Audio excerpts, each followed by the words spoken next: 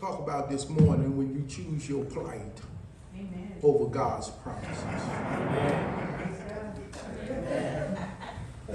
I stumbled on Super Jam, stumbled on this. I saw the original movie with Mike. I never saw the bronze version of this. I won't tell you why. But I just stumbled over it. One more time, it speaks in terms of that when God has purpose and plan for you and I, it normally exceeds in terms of what we or where we are in our present state or state of mind or state of being. And it takes around us the people to remind us of the greatness that God has for us. It takes people around us to remind us that your plight is never greater than God's promise, nor God's purpose, or God's power. That if you present yourself and make yourself available to Him, then God would do something with your life in spite of your plight, in spite of your predicament, in spite of your advantages or disadvantages, in spite of where you grew up, in spite of what you know or you don't know, in spite in terms of who mom and daddy may be or may not be, in spite of the fact that you may not had enough and you may not grew up in the right place, or maybe you did and you still didn't have what it taken on the inside to get where you wanted to go. That there's something about God that caused the human mind and the human humanity to come to Him and trust Him and to believe Him for something that He can do with them that nobody else can do with them, somewhere He can take them that nobody else can take them, something that He can develop in them that nobody else can develop in them. And so God requires of you and I a faith in Him to take us beyond our predicament. God has allowed us to live in our predicaments in what I call prayerful predicament. It is the one way that God gets our attention. That's the one way God ensured to you that there's someone in this earth realm that could never do what God can do. There's nobody could ever take His place. There's nobody that has His power. There's no one that has His capability. There's no one that can do what He can do. There's no one that can change your terrain and change where you are and who you are and what you're going through like God can. And so God allowed you and I to have predicament. There are people who want to wake up in the morning and want God to pleasure you and want God to make everything easy for you and want God to give you everything and don't want to work for it, don't want to work through it, don't want to have to go through the trials and the tribulations, don't want to have to believe God for nothing. You want God to hand you everything, spoon feed you everything. You want God to spoil you so you can unappreciate God. And so God said, that's not this kind of party. That's not this kind of journey. This ain't that kind of process. The kind of process that I want with man is I want to awaken man to the fact that I am God and I'm God alone. I want to awaken man that I can do what mama can't do, daddy can't do, friends can't do, family can't do, money cannot do, and nothing else can do because I'm God. And so God set you in predicaments that mama can't help you with, daddy can't help you with, family can't help you with, friends can't help you with, finances can't help you with, your muscles can't help you with, your mind cannot help you with, the crowd cannot help you with, the politician cannot help you with. And God created prayerful predicaments for all of us all over the world one more time so that man can continue to look up and not to continue to look out or to look to or to call on or to say, God create prayerful predicaments and He'll allow things to happen in our lives that brings us to the attention that I need God. Money is good, but I still need God. Family is good, but I still need God. Good health, good mind, good everything is good. Education is good, but I still need God. And so God created prayerful predicaments in our life, and that is to you and I to understand in terms of whether or not I'm going to live in the predicament I'm in or whether I'm going to trust God for His promises. Pastor, He gives us predicaments, but He gives us promises in spite of the predicament that we was born in, that we was shaping in, and that we experienced. God said to you and I, sure, you got a predicament. I know you have a predicament. I allowed you to be born in a predicament. I allow your disposition to be just what it is so that you can look up and so that you can see that I'm God, so that you can see that I can change it, because you can see that I got not just some power, I got all power. I can change what happened in your history. I can change what happens in your present. I can change what's going on in your future. And so I give you promises that remind you no matter what your past is, you're coming out of this stuff. You're coming out, you're coming out, you're coming out. Get ready, get ready, get ready to go. It's time to exit. Time to exit my predicament. Time to exit my plight. Time to shall be no more to you. These Egyptians you see today, you'll see no more. These problems you see today, you'll see no more. These predicaments you see today, you'll see no more. This failure you see today, you'll see no more. God awakens. He awakens his people. He'll awaken us. First of all, he shows you and proves to you that he can handle whatever your predicament is. It is not by accident that God brings his people into this land called Egypt. It is not by accident. Matter of fact, he starts the nation with one man by the name of Abraham. And he says to him, Abraham, I need your faith. I need you to have enough faith to walk away from your father's house. I want you to have enough faith to walk away from your fortune. I want you to have enough faith to walk away from your family and follow me until I lead you to the land that I'm promising you, and I'm going to make you a great nation. Abraham, I'm going to bless those that bless you. I'm going to curse those that curse you.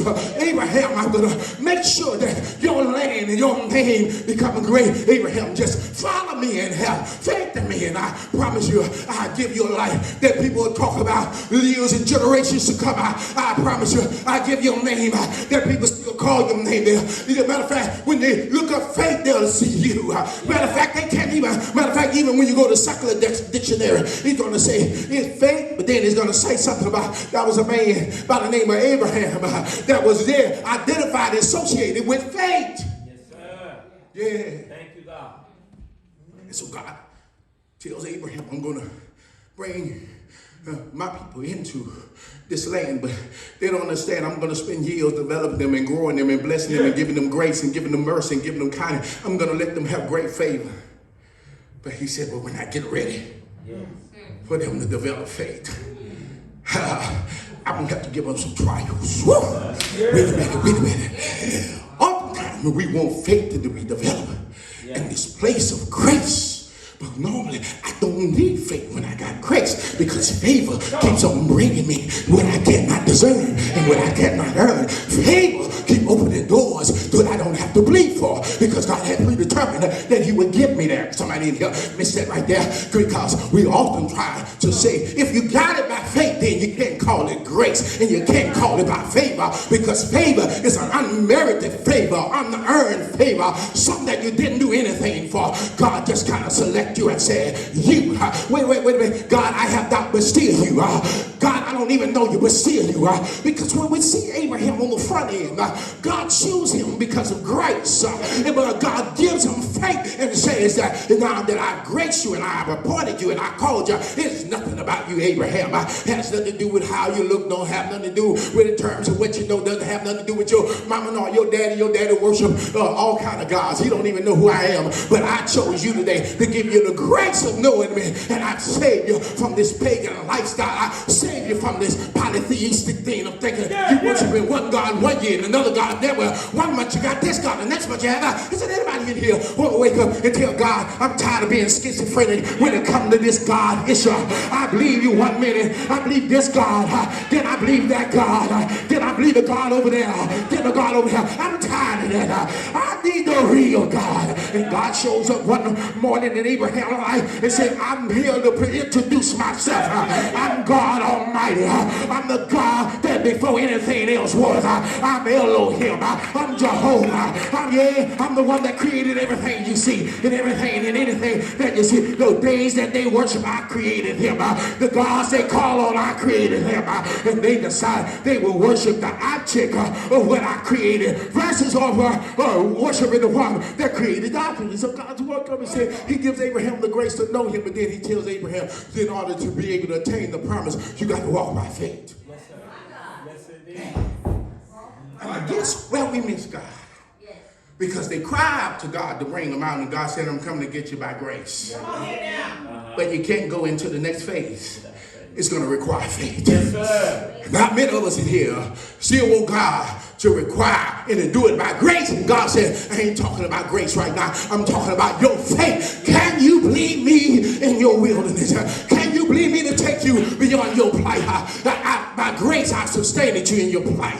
By grace I kept you in spite of the craziness of family, the craziness of your situation, craziness of your community. By grace I sustained you in spite of what you've been through. And some of us in here shout real loud and say, amazing grace, how sweet the sound that saved a wretch like me. Once was lost, but now I'm found. Once was blind, but I've been through many toils and snares, but I've already come because of grace. I survived my predicament because of grace. I survived not having a daddy because of grace. I survived when mama was gone because of grace. I survived the streets of Fifth Ward because of grace. I survived by grace. But this next place to move beyond my plight, I'm going to have to give God my faith. Hallelujah. That's it. I'm ready to move. I'm ready to move. I'm ready to move. I promised Abraham, and I'm ready to manifest my promise. I pray we promise Abraham, and I'm ready to get fulfillment to my promise. I pray we promise Abraham. I leave him there for 400 years. After that, I bring him through, and I bring him out of a miraculous way, and I bring him to the place where I promised him, and I'm ready to tell Abraham I stood good on my promise. But the problem is Abraham's seed. The problem is the descendants of Abraham. And I really would spend some time arguing and talking about the fact that the reason why they cannot get there, because there's been a failed leadership in the family. Because everybody don't walk by faith. It's been failed leadership in terms of, and you'll see it, because when God tells Moses, he said, Moses, I'm ready to take him in. Well, Moses, I'm ready to bring him to the fulfillment of the promise. And Moses, he says to Moses, go get the leader from every one of the tribes. And Moses chose all the leaders who's been leading the family, who's been teaching the family, who's been an example to the family, who's been showing the family. And now they are the ones that God seek out and say, you're the leader of the family. You're the leader of the tribe. And so I want you to go in, and I want you to view the land in which I'm going to give you. Hear me and hear me clear and hear me loud. God says, tell him to come, and I want them to go view the land that I'm going to give them. I don't want them to work for it. I don't want them to fight for it. I don't want them to bargain for it. I don't want them to negotiate for it. All I want them to do to go check it out, come back, and let me hand it to them. That's what he said. Nobody ever send you to pick out your gift, and you went and bought it according to your capability and not theirs? Anybody? They sent you in based upon their capability of buying it, and you bought it at your level.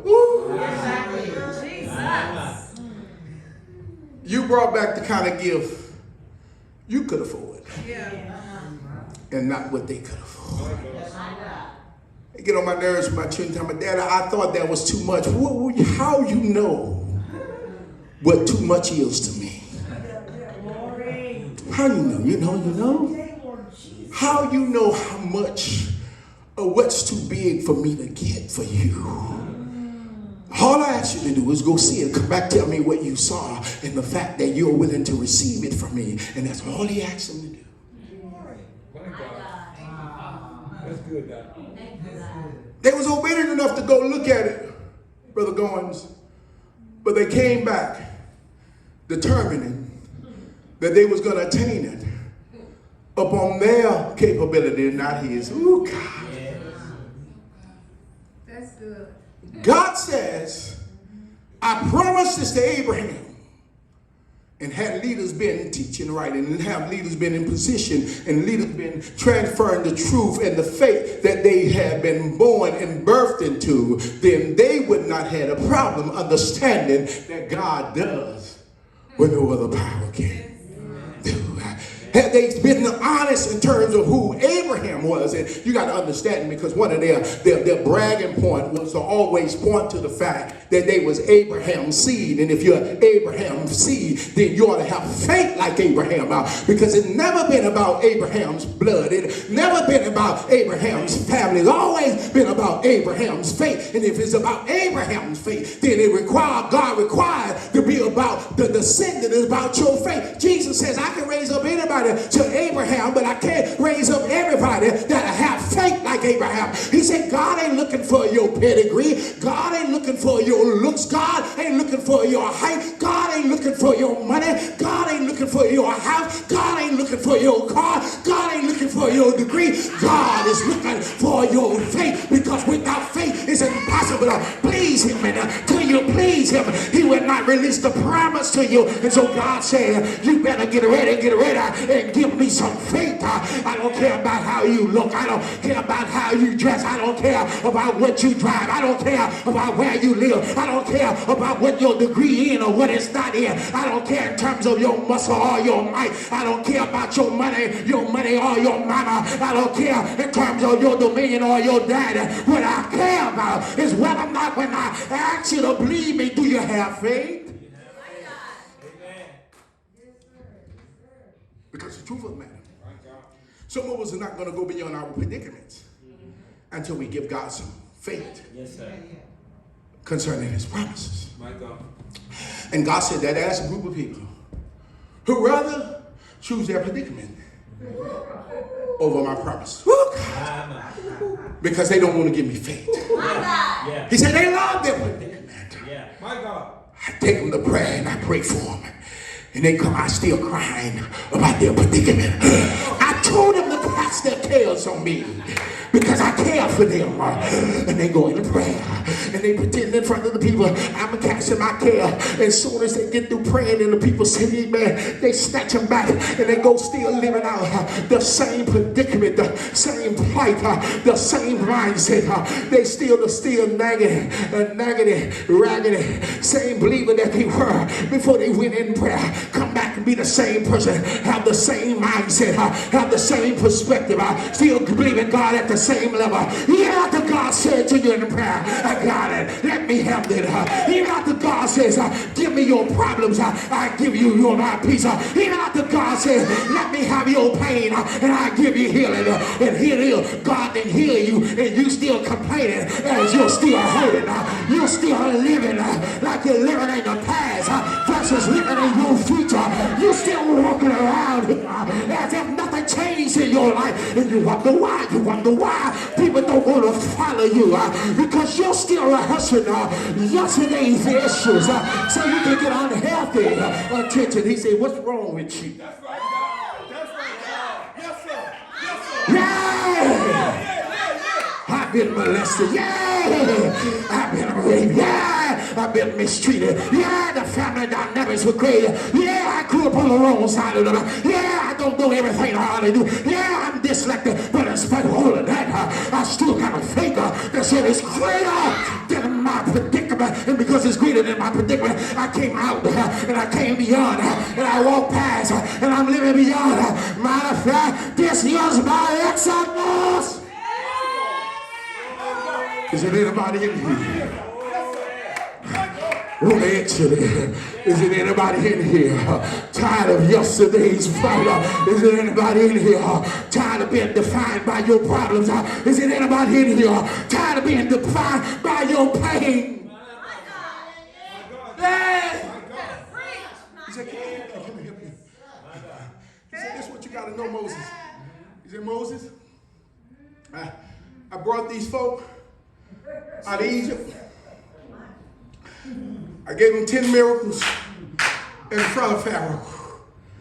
I avenged the death of everyone that died. Right. He says, Moses, for every baby that the Egyptians killed in the Nile, on the night I exited them out, I let them hear the cry of what it sounds like for a mama to cry for her baby. Because of some evil wickedness that had been betrayed on them just because they was my people. So Moses, you remember? You made it. Whew. Thank God. Because of your mother's faith. You're mad because of Pharaoh's daughter, who didn't want to create the same fate, the F-E-T-E, for you that had been created for so many other. And here they allow you to exit, and I raised you in the very place where I was going to send you back to bring deliverance. Moses, you remember? He said, but you also remember when I told you to tell them, get ready to go. I told them to turn around, and for everybody that oppressed them, and everybody that took from them, and everybody that stole from them, and everybody that misused their wages and their labor, I told you to turn around and borrow from them. And you find a poor people walking out millionaires, multiple money, a whole lot of money, so much money they can throw away and make a false god. Watch this right here. He said, Moses, but that wasn't just enough, Moses. He said, not only that, while you was getting ready to leave, I heard allow you to hear the cry of the Egyptians crying over their firstborn. Because I wasn't going to let them get away with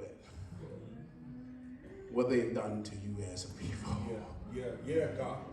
He said, but not only that, Moses, I got you to the Red Sea. And I wanted them to see that their deliverance wasn't based upon your relationship with Pharaoh. Oh, God. Yes, sir. Your deliverance wasn't because Pharaoh was just frustrated. Your deliverance wasn't because the Pharaoh was tired. He said, I wanted them to see their deliverance was because of my power. So I told you don't go that way, where you could cross them over by land. He said, I wanted them to come through the Red Sea. One, because I know that Pharaoh wouldn't think that he could come that way. So he would lose time looking for you, Moses.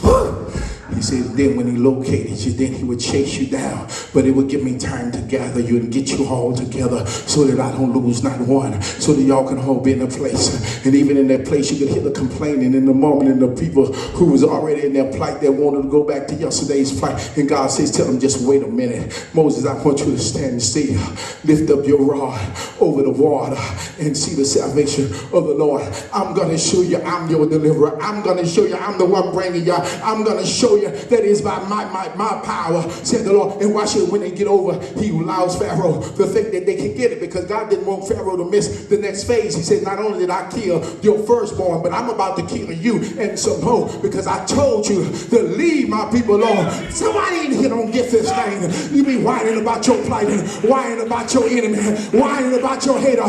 When you gonna start trusting God for his protection over you, and you won't be crying about other folk? I can care less about what folks say off it. I can care less of what they're trying to do. He promised he'll watch over me. He promised he'll go before me. He promised he'll be behind me. He promised that he will make my enemy leave me alone. So I ain't worried about who my enemy is if I have any. All I know is God got my back. Hallelujah. He said, I need Moses for them to know. And he go three things, and we're almost through, and you ain't gonna believe it. He said, one, Moses, tell them I would allow them to have what they believe for. I want to give them a land of milk and honey, but they want a wilderness in Egypt. And he says that's what they want to believe for, and I respond to fate. It's a bad thing. God said, I respond to fate. And it's Elisha who goes, and the young king comes to him when he's about to die, and he says to him, he says, you want your enemy? He says, strike the arrow. He strikes it 1, 2, 3. He said, man, that ain't enough. He said, man, why did you not strike it more than that so that you can utterly destroy him? And so you're going to have the level of victory that you want, because God will not give you a victory beyond what you're going to believe him for. And there are people in the room, and you wonder why you ain't got Pastor Randall size victory, why you don't have Pastor Daniel size victory. Because God said you decided that you wanted it just a little less. You didn't want that much wind. You just wanted a little wind, and God gave you the little wind that you want. Now you got to live in your little wind and quit hating on other folk who believe God for a greater one.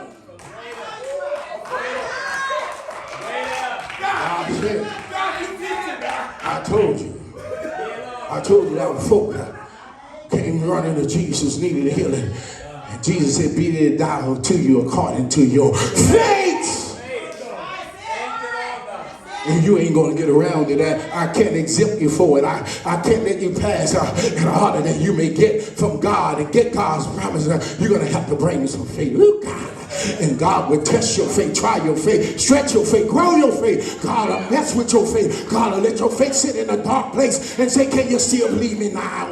God will let them beat you, lock you up, and put you in an inner prison and say, can you still believe me now? And I thank God for the faith of Paul and Silas, that while they are in the inner prison and while they are locked up and while they're in the solitary confinement, I can hear them say, oh God, the chief, or God to keep it, or God to glorify, or charge to keep it, or God to glorify, because my faith is not, it ain't shaken by the fact that you can lock me up. It ain't shaken over the fact that you can beat me. My faith is still what it is. And while they was faithing God, all of a sudden, earthquakes, sharp trouble. Jesus keep on reminding us, if you have a faith the size of a mustard seed, you can get some things that other power and your power and manpower cannot get. He said, do you have faith?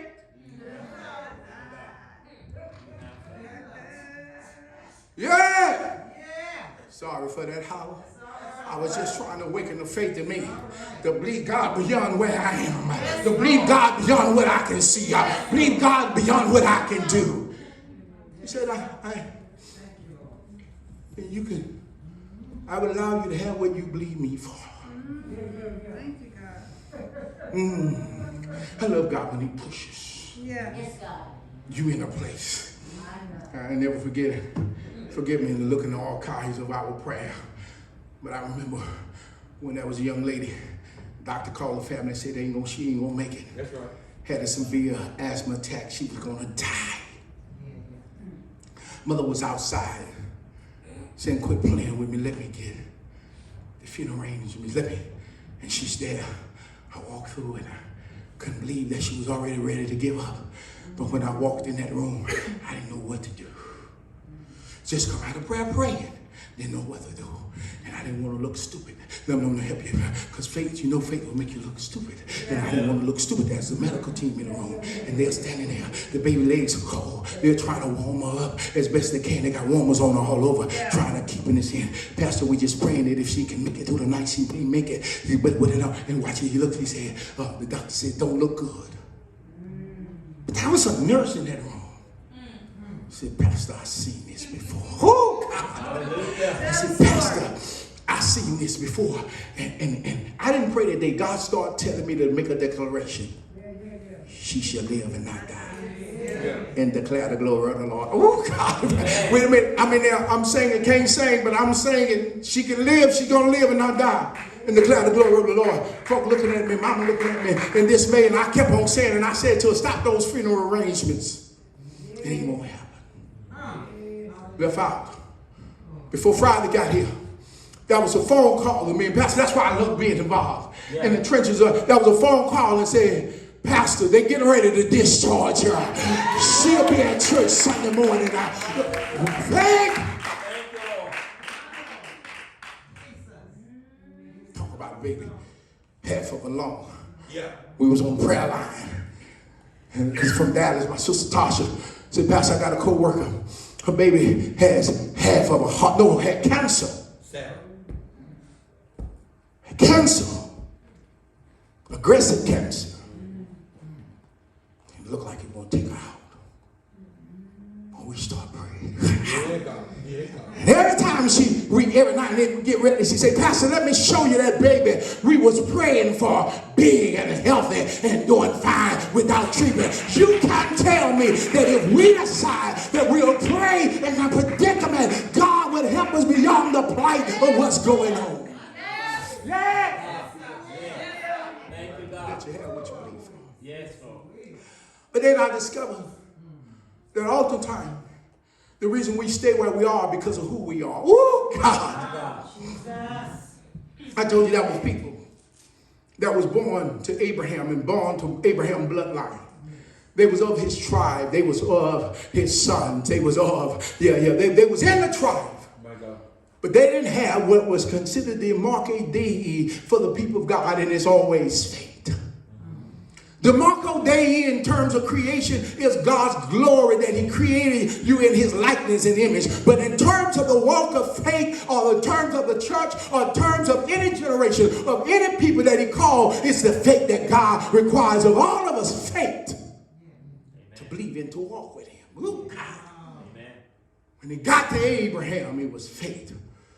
No, it was faith. No, you don't want to believe. It was faith, because Noah had to build a boat in a place where there was never a boat built. Noah had to build for rain that never happened. And so God said, believe me for that. Follow my instruction. Noah had to preach 120 years and not see the manifestation of when he heard God speak in his ear. And Noah had to deal with the fact that men would constantly say, wicked men that did not know God, men that dishonor and disrespect God. They had to live through the reality of those men talking to him for 120 years before God manifests what he told him 120 years ago. And now God is saying to Noah, it's time to build. Now he's saying it's time the rain gonna come, because he required Noah to have faith. Keep on believing.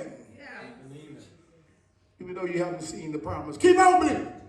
Even though it never rained here before, keep on believing.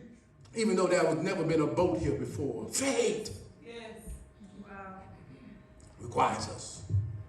He requires of us as a people to have faith. Yeah. And here they were, talking about in terms of who they were biologically, who they were ceremonially, because all of the firstborn was required to be circumcised, to be identified as Abraham's sons, and therefore because they was identified in the flesh, but they did not have faith in the spirit, and because of that, there was no Abraham's sons. My God. My God. You cannot attain the blessing of Abraham through flesh. It was transferred to Abraham by faith. And if faith was required of the father, then faith is required of the son. And faith is required of the grandson. And faith is that's why God loved Jacob more than he loved Esau. People missed it in terms of as if God favored Jacob. No, Jacob believed God. Jacob believed in spite of the fact that I'm second, I'm not going to live in my predicament. I'm going to believe God. Even though I was born second, one of these days I'm going to be first. Jacob believed God. I heard somebody, Dr. Miles Monroe, said every now and then you got to break the rules of nature. You got to break the rules in terms of birthrights and decide that I wrote what God has determined that somebody else should have. And I'm going to go and get it myself. I'm going to believe God for what they won't believe God for. I'm going to take from them what they don't want from God. And that's what he basically says to you and I, that the reason why he loved Jacob, because Jacob had the faith to believe, even though they called me a supplanter, even though they called me the second born, the next one, the second, he said, I don't care about none of that. One of these days, I'm going to be first. He says, God says to the younger one shall be stronger than the older one. Why is that, God? He says, because I need you to understand that the other one has muscle, but this man got faith. He believed for what you cannot see.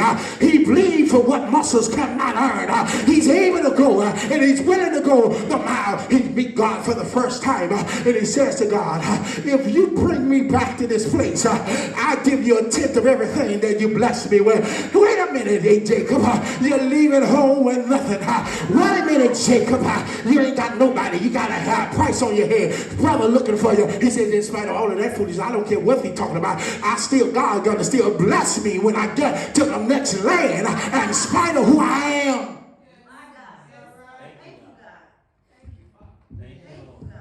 God will allow you to be who you want to be. You want to get out of second? Believe God. Yeah. You want to no longer be the supplanter? Believe God. Somebody in here missed it in terms of their disobedience. See, their disobedience was that they did not believe that God could take them beyond in terms of who they were. Come on. Make it plain. It's right there in the text. He said, when we went to go spy the land, we were. God said, I never told you to look at you. I told you to look at me. And the problem with me and you is we spend too much time looking at ourselves when God tells you to look at him. Even when it comes to salvation, God don't want me to be saved, baby. God saved folk that's unsavable. God wants the wretched and the no good. God wants the sinner and the one that's been rejected. God come looking for folk that other folk throw away because God want to prove that he got that power. The first sin is the fact that you're focusing on you. The first sin is you think it is about you. The first sin is that you think that you is greater than God, because if you didn't think that you was greater than God, then you would have listened to God and not your own voice.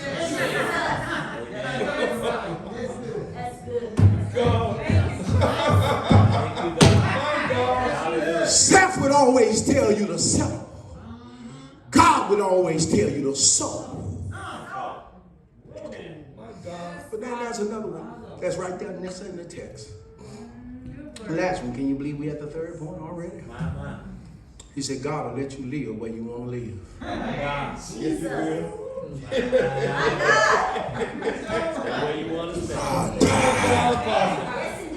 God time. How do you weary a God that is inexhaustible? How do you frustrate one who cannot be frustrated? How do you make one agitated who cannot be agitated? Jesus. And so the text is teaching us in the way that Moses has to communicate it, because he's talking to folk who can't understand. He ain't tired, but he's tired of you. Oh, somebody didn't like that in the room. He ain't tired. He's just tired of you. He's not weary. He's just tired of your worry. They said there's some folk going to be in this room and talking about, yeah, so I think that was insulting. You know, people go through everything. They live in your predicament if that's what you hold. But I've been called to make you comfortable in your predicament. I have not been called to keep you, to make you live according to your faith. I have not been called to keep you in your pain. I've been called to deliver you. I've been called to bring you out. I've been called to get your transfer. I've been called to tell you to get ready to go exit. Yeah. Exit what your mama did. Exit what your daddy did. Exit what your family did. Exit what you've been through. Exit what you've done. And get ready to go, because God is about to do something with you that you cannot do. Mama cannot do. Family cannot do. Nobody can do. Get ready. I'm gonna let you live right where you want to live. God is a kind gentleman who eventually give you what you think you want.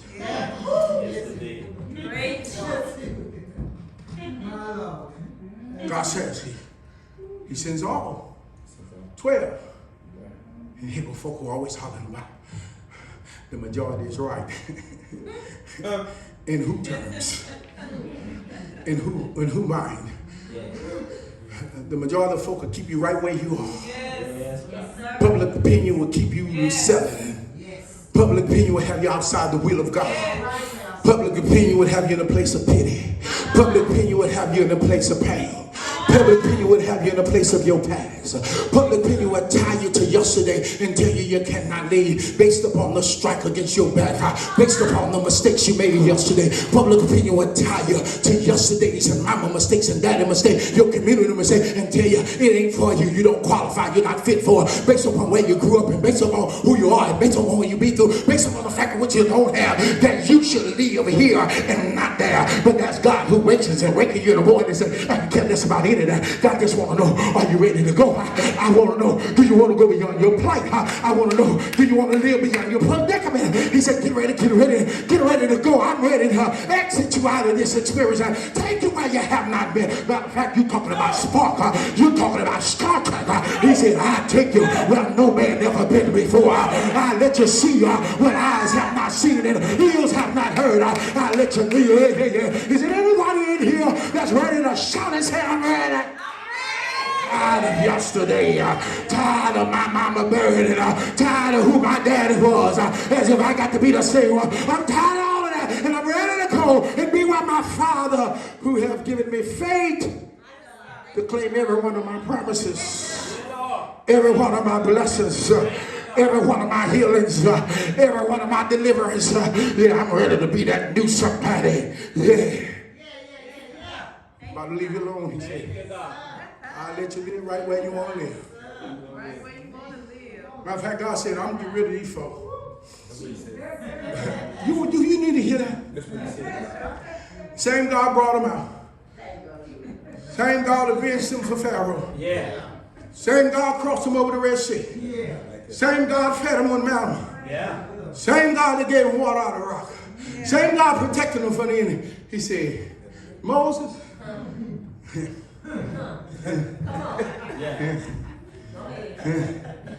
these Hebrews got to go. Tired of it. Never seen nobody like this. You deliver them, they get a new God. They feed them and they complain that you ain't never ever fed them a day. Yeah. Quench their thirst and they holler it ain't enough. Ain't never enough. Give them and take them into a land where they couldn't have to call me so much for their needs and their own needs be covered. And I'm trying to take them there and they talk about we don't want to go. Moses, you know it's something when people complicate me. Moses, you know a problem that you know is a problem when I keep on and trying to get them somewhere and they keep on telling me they ain't going. Moses, you know it's a problem. If they're not going to respect me, Moses, I'm tired of you thinking they're going to respect you. You can't take these people no further than I can. Moses, you need to learn if I can't get them there, then you won't be able to get them there. I don't care how many times you pray for them. I don't care how many times you intercede for them. I don't care how many times you make excuses for them. Moses, they ain't going to go. They don't want to go. And I try to get them to go. And I ain't trying to mess with these folk no more because I'm too much God to be sitting here playing. Go. Though Abraham, he left the same day. Though Noah, he built for 120 years. Told them and they still going through that foolishness 40-some years of here playing with me. I'm tired of it. I left him in Egypt 400 and some years. Thought that would make him ready for something different, but sinful rather live in their predicament than to go towards God's promises. I'm good. He said, Moses said, but what the Egyptian gonna say? I don't care. That's probably what God means.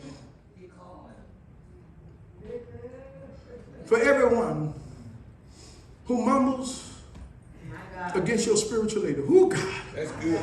And the man or woman of God that God has put in front of you and said that these would be the people that would help you get to where I'm trying to take you. For every one of you who have ever wanted to stone that man or woman of God, have downplayed the importance of them in your spiritual journey, and the fact that God is still dealing with you ain't because of you. Most of the time it's because they keep on praying for you. Yeah. That's right. Amen. Thank you. Thank you, God. Thank you, God. Isn't it funny? Isn't it funny though? Guys, you talk about that, the character. Moses praying for folk Yeah. who wanted to stone him and kill him. Yes. And when God said, Moses, I'm going to get rid of them, look like Moses, I'm like, you ever going to get rid of these folks? You ain't understand, that's about 2 million some people. That's right. Talking about getting you.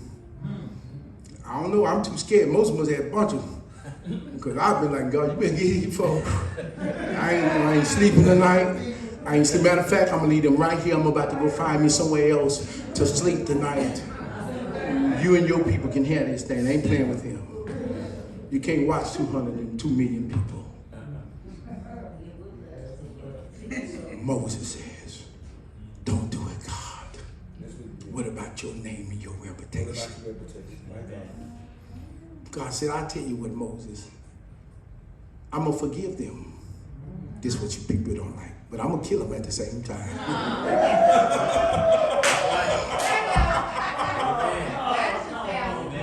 It's right there in the text. You don't have to believe me. He says to him, I'm going to forgive them, but I'm going to kill them at the same time. Matter of fact, I'm going to kill them right where they want to live. I'm going to let where they live kill them. And some of you have died because you refuse to believe God to take you beyond your predicament. You refuse to be other than what God wanted you to be, and you want to keep on being what you were. And God is going to allow what you were, what you wouldn't believe him for, and where you want to live to kill you. He said, I'm going to let this same wilderness sickness kill them. Matter of fact, I'm going to let them keep on living out the cycle of their predicament and their plight. And once they get tired, it's going to kill every one of them. And then I'm going to take them wives and I'm going to take those children, the one that is at risk, I'm going to take them into the promised land and I'm going to let them die right where they want to be. My God. Can I tell you in this room? Can I tell you in 2022, there are some people who want to live in yesterday. Yeah. Want to live in years of their past, years of their problems, years of their plight. There are people who keep on defining where they're going based upon where they've been, or based upon who they used to be, and based upon who, what, and somebody have done to them. There are people who making up their mind that I'm going to stay right here. I have an excuse to be broken. I have an excuse not to do my best. I have an excuse not to be there. I have an excuse not to believe God. And then there are some people who will co-sign that foolishness. There are leaders who will co-sign that to make you comfortable. They're hospice care. They're hospice care. You got hospice care leaders that'll let people die in the thing that's trying to kill them. And God said, but my leaders don't do that. My leaders come to bring life. My leaders come to bring deliverance. My leaders come to bring you out. My leaders come to talk you down. My leaders come to tell you to put away the knife, put away the pills, put away the drink, put away that, because God is getting ready to take you somewhere and you ain't got to no longer self-cope. Yes, Lord. I don't need anything to cope. The promise of God is my coping. The promise of my future is my coping. I don't need a drink. I don't need a high. I don't need a woman. I don't need a man. I don't need clothes. I don't need shopping. I don't need shoes. I don't need cars. I don't need houses. I got a promise that I'm going somewhere. That my car can't take me. Going somewhere. My house can't keep me. Going somewhere. People can't lift me. I'm going somewhere. Get ready. Get ready. Get ready.